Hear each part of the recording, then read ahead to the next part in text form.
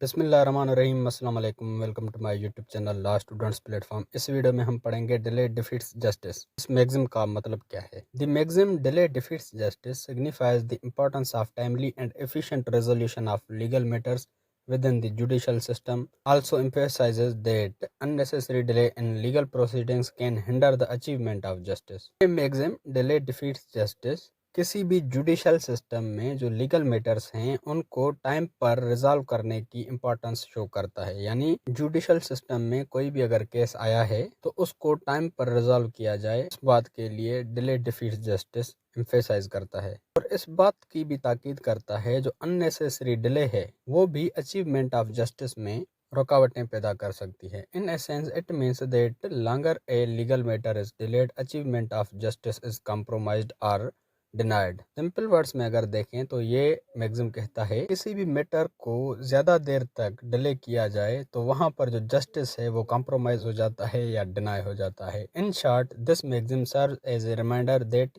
Timely and efficient legal proceedings are essential to ensure that justice is served. ये maxim एक reminder है कि जो प्रोसीडिंग्स हैं वो टाइमली हों और एफिशिएंट हों। तो टाइमली और एफिशिएंट प्रोसीडिंग्स ज़रूरी हैं इस बात की यकीन दिलाने के लिए कि जस्टिस सर्व किया गया। Delay can lead to the loss of evidence. अगर किसी भी केस में ज़्यादा डिले होता है उसमें इस चीज़ का खतरा होता है कि जो एविडेंस हैं वो लॉस हो जाती हैं। फेडिंग मेमोरीज, विटनेसेस की मेमोरीज हैं वो आहिस्ता आहिस्ता ख़त्म हो जाती हैं। यानी जैसे जैसे पुराना केस होता जाएगा वाक़यात हैं वो भी पुराने होते जाएंगे और जो लोगों की मेमोरी है उस केस के बारे में वो भी आहिस्ता आहिस्ता वो भूलते जाएंगे। Increase the cost and potential fairness, case में जो उनका खर्चा आएगा वो भी बहुत ज़्यादा आ जाएगा और ये एक उन लोगों के साथ नाइंसाफ़ी होगी। इट में arrowed the public trust from legal system के ऊपर से जो पब्लिक है उसका ट्रस्ट भी खत्म हो जाएगा। ये मैगज़िम कहता है डिले डिफीट्स जस्टिस। इस बात के लिए एम्फेसाइज करता है जो भी कोर्ट में केस आता है उस केस को टाइमली रिजॉल्व किया जाए, उसमें कोई भी अननेसेसरी डिले नहीं होनी चाहिए कि बहुत सारे आगे चल के नुकसानात होते हैं। एक तो जो पब्लिक है उसका ट्रस्ट खत्म हो जाता है कोर्ट्स वगैरह से, उनका बहुत खर्चा आ जाता है, एविडेंस गुम हो जाती हैं, उनकी जो मेमोरीज हैं वो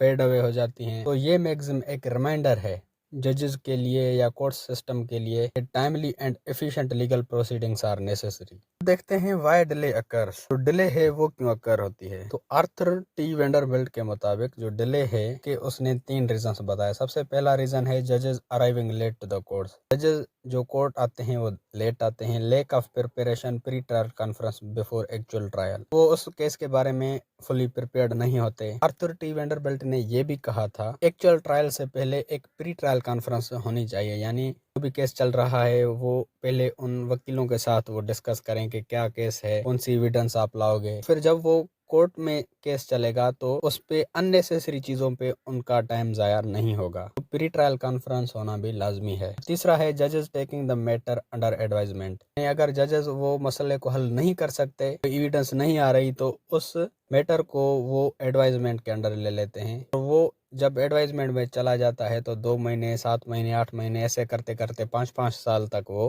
मैटर एडवाइजमेंट में ही रहता है। ये था हमारा आज का टॉपिक। उम्मीद है कि आपका कॉन्सेप्ट क्लियर हो गया होगा। अगर आपको लॉ ऑफ इक्विटी के दूसरे वीडियोस चाहिए आप मेरे चैनल की प्लेलिस्ट विजिट कर सकते हैं। और ये वीडियो आप कहाँ से देख रहे हैं कमेंट्स में ज़रूर बताएं।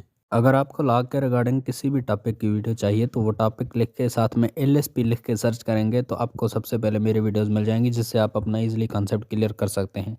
या फिर अगर आप मेरे चैनल की प्लेलिस्ट में जाते हैं तो वहाँ पर आपको हर सब्जेक्ट की अलग से प्लेलिस्ट मिल जाएगी जहाँ पर उस सब्जेक्ट के सारे वीडियोज़ मिल जाएंगे आपको।